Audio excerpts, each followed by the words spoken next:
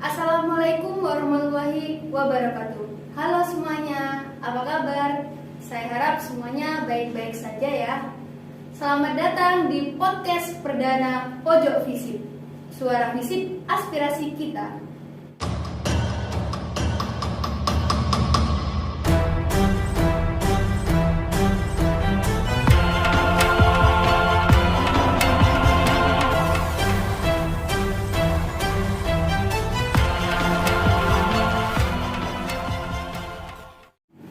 Oke, sebelumnya saya akan memperkenalkan diri terlebih dahulu. Saya Sabrina Ratu Salsabila selaku host dalam podcast perdana Pojok Visip.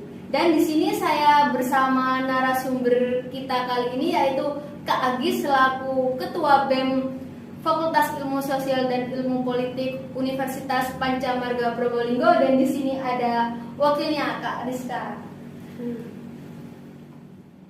Oke, di video kita kali ini kita akan berbincang-bincang santai seputar apa sih itu BEM. Sebelum itu mau tanya-tanya dulu nih ke Kak Agis dan Kak Rizka, kesibukan sehari-harinya apa Kak? Kalau saya biasanya di rumah tuh jaga toko, jaga adik, karena saya tuh anak pertama dari 3 bersaudara, jadi saya mengayomi 2 adik sekaligus. Oh iya. Untuk Kak Rizka? Kalau saya sendiri itu saya menjaga ponakan saya gitu, karena saya tinggal di rumahnya kakak saya seperti itu. Oh iya, ngomong-ngomong Kak Agis sudah semester berapa Kak? Saya udah semester 5. Oh semester 5 ya Kak, berarti ntar lagi mau KKN ya? Iya, mau KKN sebentar lagi semester 6. Oke, semangat Kak Agis. Terima kasih semangatnya. Untuk Kak Rizka udah semester berapa Kak? Kalau saya semester 3, Oh semester 3 ya. Satu kelas ada berapa temannya Kak? ada 40 anak. Oh ada 40-an. Oke, selanjutnya kita ke pertanyaan-pertanyaan inti. Apa sih Kak itu BEM? BEM merupakan suatu organisasi intrakampus. Di kampus BEM itu terdiri menjadi 2, yaitu BEM Universitas dan BEM Fakultas. Karena saya berada di BEM Fakultas, maka saya akan sedikit menjelaskan terkait apa itu BEM Fakultas. Saya berada di BEM Fakultas Ilmu Sosial dan Ilmu Politik yang memiliki tujuan menampung dan mewujudkan aspirasi mahasiswa FISIP.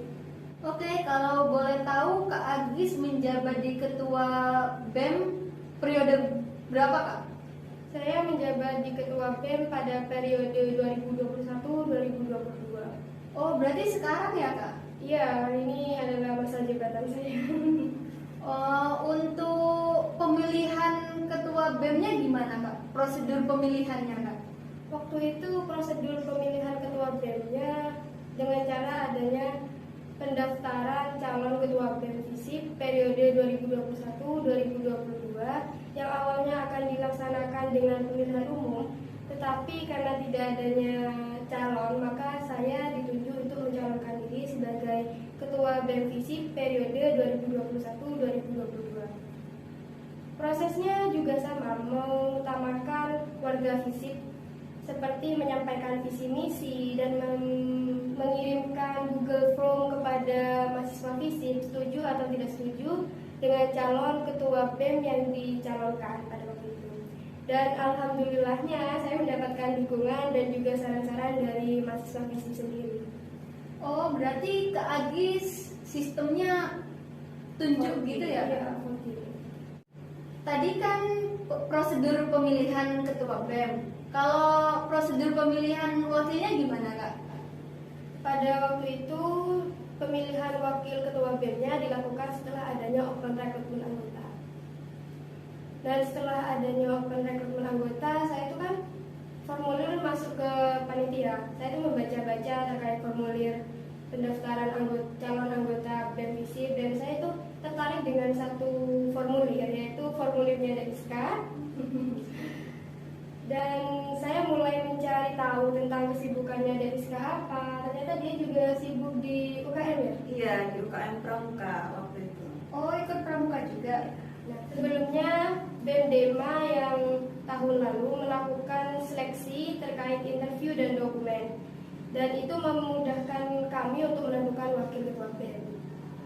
Oh jadi untuk menentukan wakil ketua BEM setelah open recruitment itu ya Kak? Iya, betul. setelahnya open recruitment baru saya cocokin nanti discuss. Nah, untuk selanjutnya struktur kepengurusan dalam BEM itu sendiri gimana Kak? Untuk struktur pengurusan itu ada ketua BEM, itu ketua BEM-nya Kakak Agis seperti itu. Nah, wakilnya itu saya. Lalu sekretarisnya itu ada Kakak Lida. Terus bendaharanya itu Kakak Vira.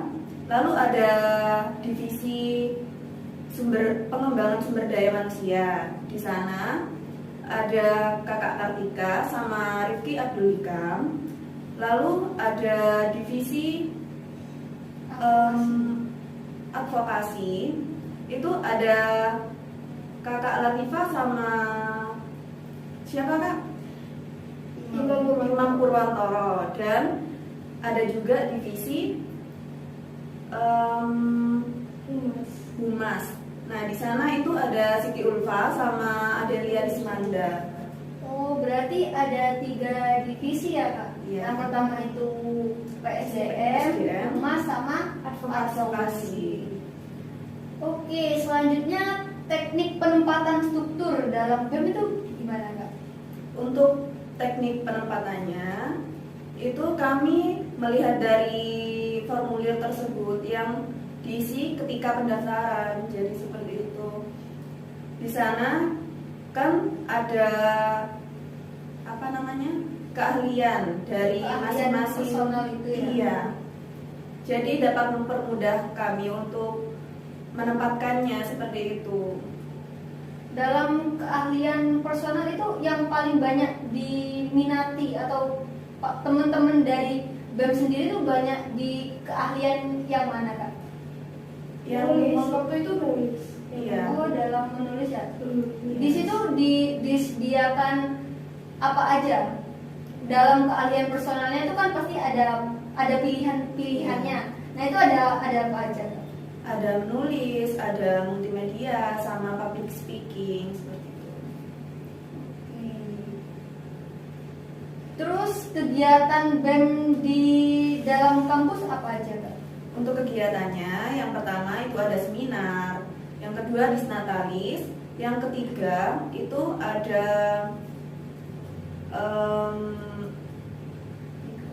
diklat. Nah, yang keempat ada santunan anak yatim, dan yang terakhir itu ada buka bersama. Kalau seminar itu sistemnya gimana Kak? Atau 3 bulan sekali, atau sebulan sekali, atau 1 tahun sekali, atau gimana Kak?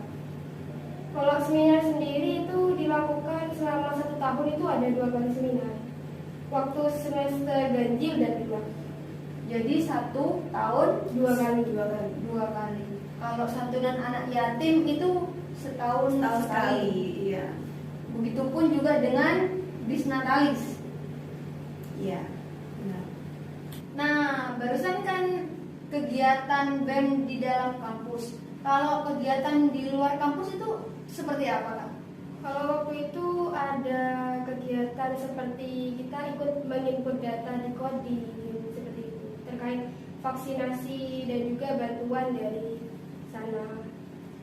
Tapi terkadang boleh kan kalau misalnya kegiatan-kegiatan seperti diklat, misalnya mau dilakukan di luar kampus, boleh kan Kak? Boleh, tapi kali ini kita akan melaksanakan diklat dengan cara yang berbeda. Oke Kak, untuk pertanyaan selanjutnya, program kerja yang menurut Kakak paling sulit apa Kak? Menurut kami, program kerja yang paling sulit yaitu disnatalis sama seminar. Oh, tingkat kesulitannya tuh gimana Kak? Kalau di seminar kita itu membutuhkan waktu yang cukup lama, karena kita harus menentukan tema yang cocok dengan pemateri, dan kita juga menyesuaikan pemateri itu sibuk atau tidak di hari itu. Gitu.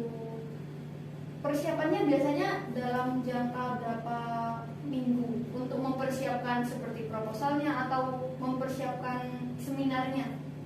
Kalau menurut kami Kemungkinan 1 bulanan.